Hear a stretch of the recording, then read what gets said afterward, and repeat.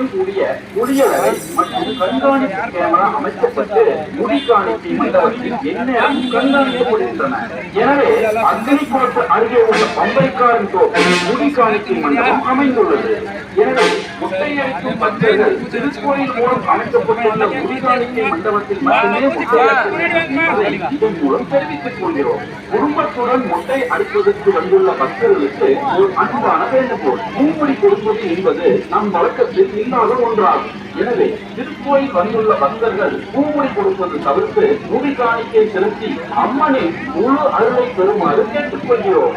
எனவே முட்டையளிக்கும் பக்தர்கள் திருக்கோயில் மூலம் அமைக்கப்பட்டுள்ள முடிகாணிக்கை மண்டபத்தில் மட்டுமே முட்டையளிக்க வேண்டும் என்பதை இதன் மூலம் தெரிவித்துக் கொள்கிறோம். திருக்கோயிலுக்கு சொந்தமான முடிகாணிக்கை மண்டபத்தில் முட்டை அளிக்காமல் சாலை ஓரங்களிலும் தனியாருக்கு சொந்தமான இடங்களிலும் மற்றும் குடியிருப்பு அறைகளில் இலவசமாக முட்டை அளிப்பதாக கூறி சில தனிநபர்கள் அழைத்து சென்று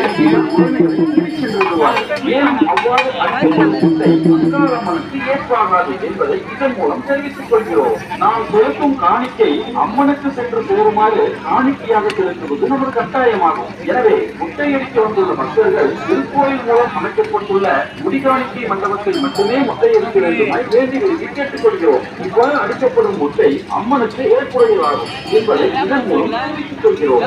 இப்படிக்கு உதவி ஆணையர், செயல் அலுவலர், அறங்காவலர் குழு தலைவர் மற்றும் அறங்காவலர்கள்